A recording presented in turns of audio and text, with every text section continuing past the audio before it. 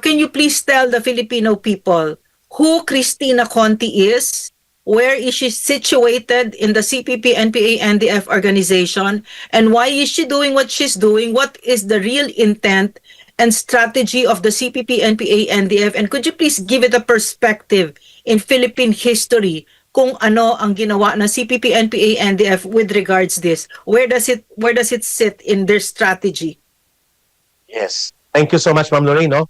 Para mailahad natin ang katotohanan at ang unawa sa taong bayan. Si Cristina Conte po ay aktibong bahagi. Operatiba talaga siya ng CPP, NPA, NDF. Hindi na siya kaalyado.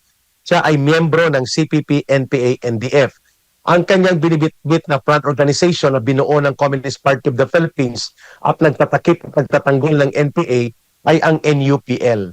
Ang kanyang title ay, yeah, go ahead, ma'am. Pasingit lang. So, yung pagkamiyembro niya ng CPP, NPA, NDF, labag yan sa batas, sa anti-terrorism law. No, ang bawal ang maging miyembro ng isang terrorist organization.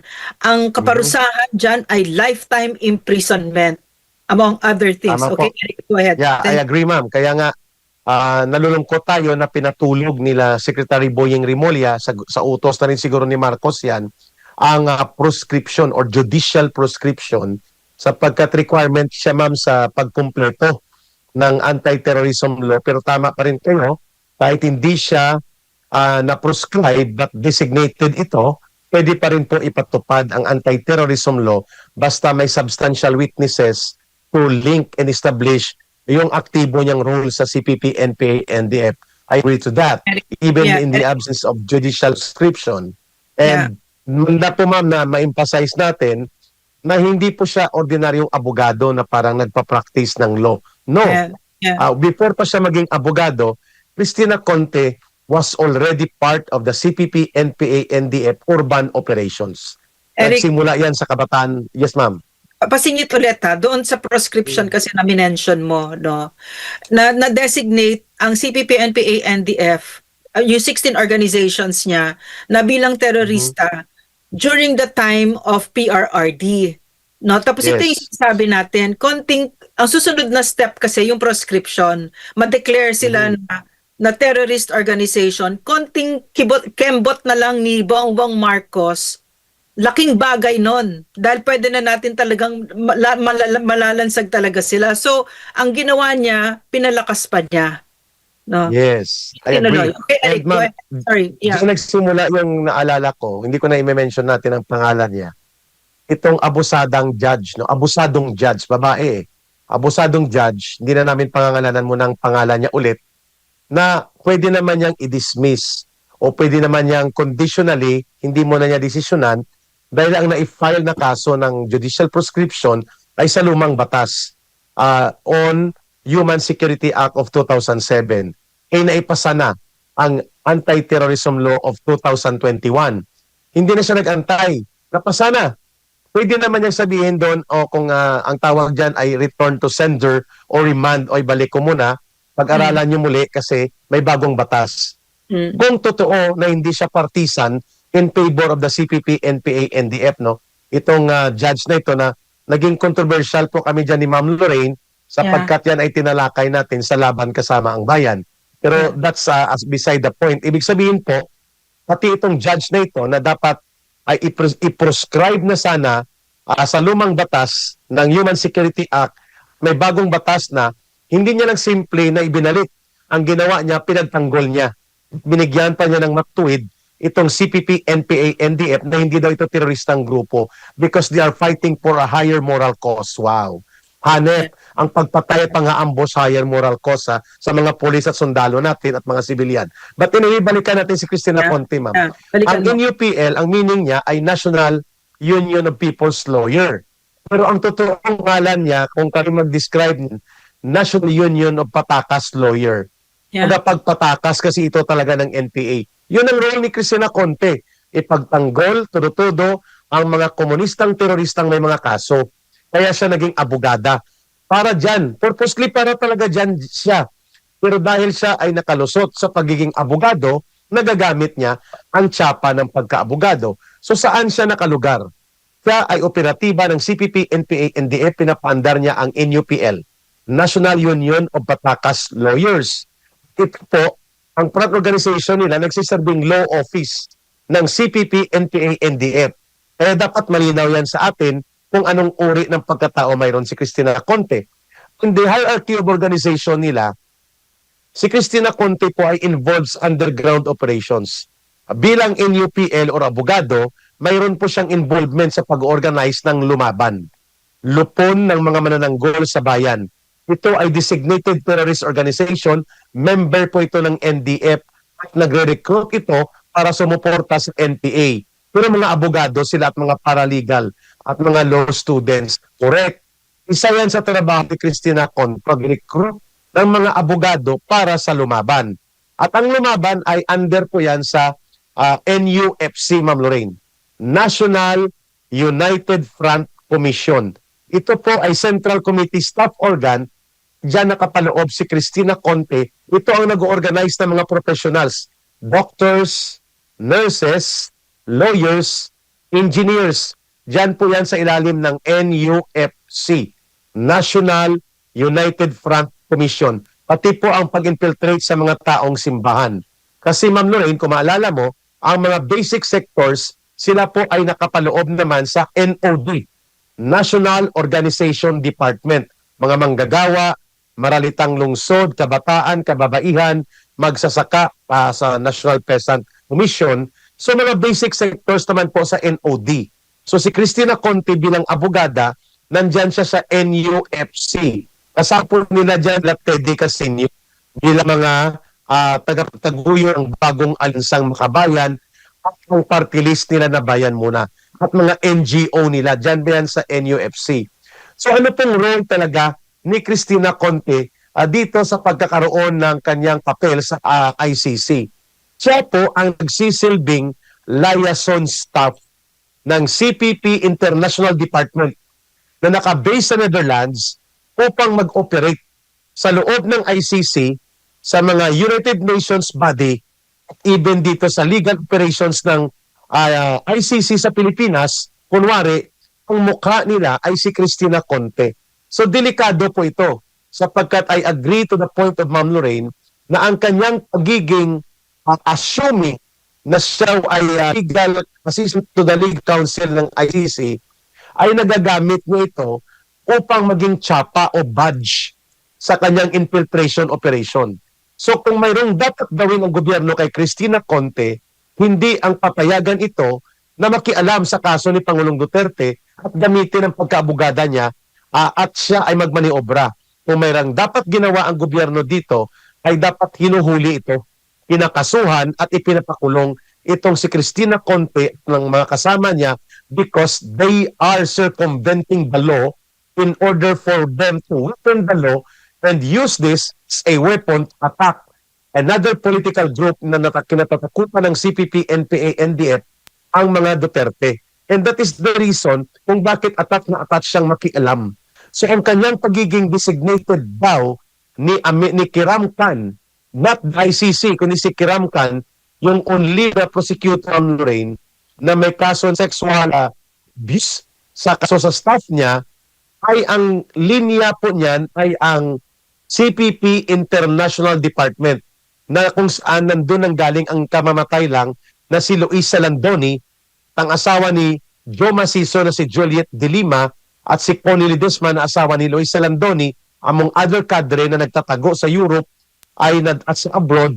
Diyan po nagtatago yan sa Netherlands na ang tawag ng unit nila International Department of the Communist Party of the Philippines. Sila po ang naglilinya sa ICC at iba pang mga UN bodies kagaya ng paglinya kay Cristina Conte kung bakit siya nakakapasok dyan sa ICC na business na ito, Ma'am Lorraine. Eric, ang sabi ng informant ko na nasa loob ng BJMP, very confident ang mga sina Adalberto Silva, Vic Ladlad na nasa loob ng BJMP na mananalo ang CPP, NPA, NDF, and through the facilitation of the Warden Isnard, nagkakaroon sila ng maraming meetings doon, maraming pinapapasok, including yung ICC. Nagmi-meet ang ICC sa terrorist leaders, no? Terrorist leaders, bakit na fina-facilitate ng gobyernong ito, lalo't yung warden na yan, under, I presume, under higher orders yan, no? So, Yeah. Eric, kasi we don't want to alarm the people, of course, but we want to give them the truth, no? Mhm. Pwede bang mamayagpag ang CPP, NPA, NDF at this point na si Marcos ang president? At ano Yes. yung kahalagahan ng pagdepensa at pagprotekta kay Vice President Inday sa ating Maganda demokrasya? yan. Yeah, magandang punto din yan, Ma'am Lorraine, ano? Nakakabahala po yan that the bogus investigators of the ICC are being given access to our internal facilities, including the jail, at hindi lang internal facilities ito, kundi mga sensitive na mga tao na may kikaharap na related terrorism sa ating bansa and criminal actions na mga ipananagutan ng malubhang krimen sa Pilipinas, kinakausap ng mga bogus entity at na nagpapasilitate gobyerno. Of course, sigurado ako, Ma'am Lorraine, kasama dyan si Cristina Conte sa pag-visit na yan. At ang kinakausap nila, binanggit ni Ma'am Lorraine, sina Adelberto Silva, Vic Ladlad, among others, 5 or 7 ang nakakulong dyan na mga Central Committee top leaders na nahuli sa panahon po ni Tatay Digong, ni former President Duterte. Gustong ipalabas ito nila Charlie Galvez ng OPA Pro, ang advisor ni Marcos na hindi namin maintindihan ni Ma'am Lorraine, ay naging retired general na ito ng Armed Forces of the Philippines. At kanyang isipan ay para palaganapin ang pag-release ng mga communist terrorist leaders na ito. So sa tanong mo, Ma'am Lorraine, gaano yan kadelikado? Delikado yan sapagkat through the legal operations nila at pagkakaroon ng oportunidad na magamit ang mga batas at ang ating mga bureaucratic procedures, nagkakaroon muli ng lakas ang CPP, NPA, NDF na makabangon ang kanilang liderato. Pangalawa, mabigyan sila ng oportunidad na maging legitimate ang recruitment nila sa mga kabataan at iba't ibang sektor dahil sasabihin nila, pinapayagan kami ng gobyerno na kami ay gumawa nito sapagkat kami ay bahagi na ng mga procedure ng gobyerno sa pagkaso laban sa mga Duterte. Nagagamit nila na bihikulo yan, Ma'am Lorraine. Pasingit lang ha. Pagdating dyan sa recruitment na sinabi mo, itong warden na ito, no, pinapapasok niya, pinafacilitate niya ang pagpasok ng mga college kids para umuupo sila kasama si Vic Ladlad, top terrorist ng Pilipinas. So talagang nag-a-align talaga siya with what you're saying, Eric. Yes, ma'am. Siguro, call out natin ang pangalan nito niya at we are calling for investigation him. Yes. Kung hindi man gagawin ng anti-terrorism unit ng NBI at ng DOJ, ay dapat gawin ito ng ating Anti-Terrorism Council. So balit sabi mo, hindi man yan umadayar na halos.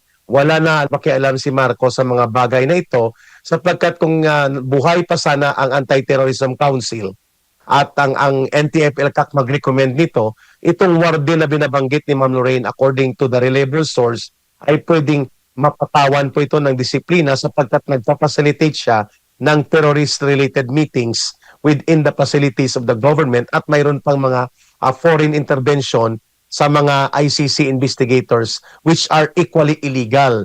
So, seryoso po ito, Ma'am Lorraine. Tama po yung naririnig ko na may mga study tour na ina-arrange galing UP Diliman, PUP, at iba pa mga estudyante at yung mga paralegal na nire-recruit ng NUPL ay kinakausap sila Vic Ladlad at Adelberto Silva para nagkaroon tuloy ng educational tour, kunwari.